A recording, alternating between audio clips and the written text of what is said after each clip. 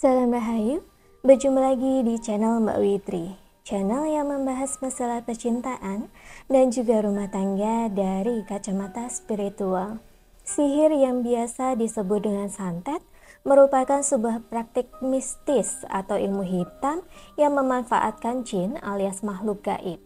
Pasalnya, pelaku santet dalam menjalankan aksinya akan menggunakan media dan akan terlibat suatu perjanjian bersama jin karena terkait syarat atau tumbalnya.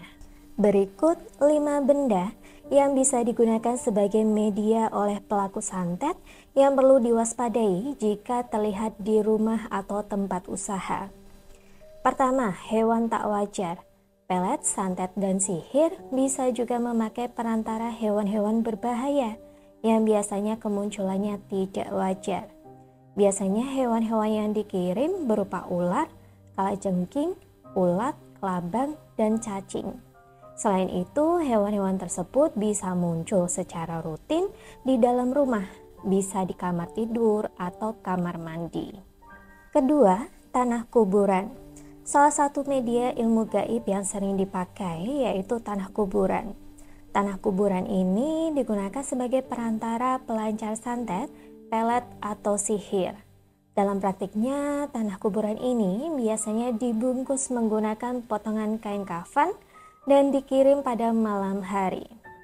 Proses pengiriman ilmu gaib ini biasanya terlihat seperti bola api besar atau sering disebut dengan banaspati. Sementara itu, efek dari ilmu gaib ini biasanya ditujukan agar merusak rumah tangga seseorang atau bisa membuat penghuni rumah target selalu dalam kondisi panas. Ketiga, boneka ritual.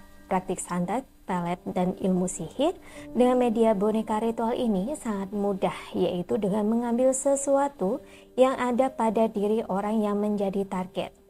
Hanya bermodalkan foto, rambut, kuku, darah, dan lain sebagainya.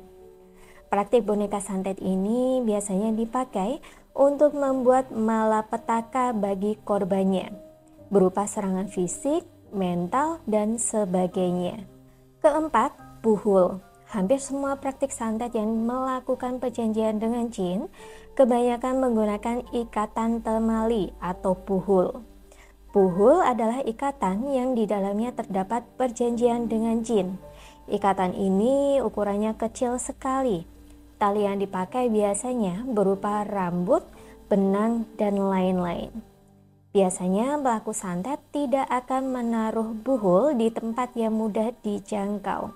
Praktiknya ada yang diletakkan di fondasi bangunan, dimasukkan ke dalam botol lalu dilemparkan ke laut, diletakkan di dasar sumur atau rumah kosong, dan lain sebagainya. Jika sudah tahu informasi ini, mungkin istilah sedia payung sebelum hujan cocok untuk kita. Lebih baik mencegah daripada mengobati, bukan? Maksud saya, lebih baik kita mencegah masuknya serangan santet atau pelet di rumah kita. Salah satu ikhtiar yang bisa dipakai yaitu jimat pagar gaib. Tentu saja saya Mbak Witri sebagai spiritualis menyediakan.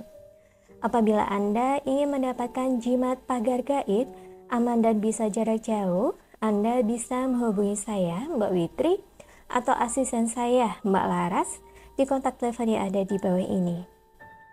Sekian sedulurku, saya Mbak Witri, pakar metafisika kejawen dan Ratu Susuk Jawa, pamit undur diri. Salam Rahayu.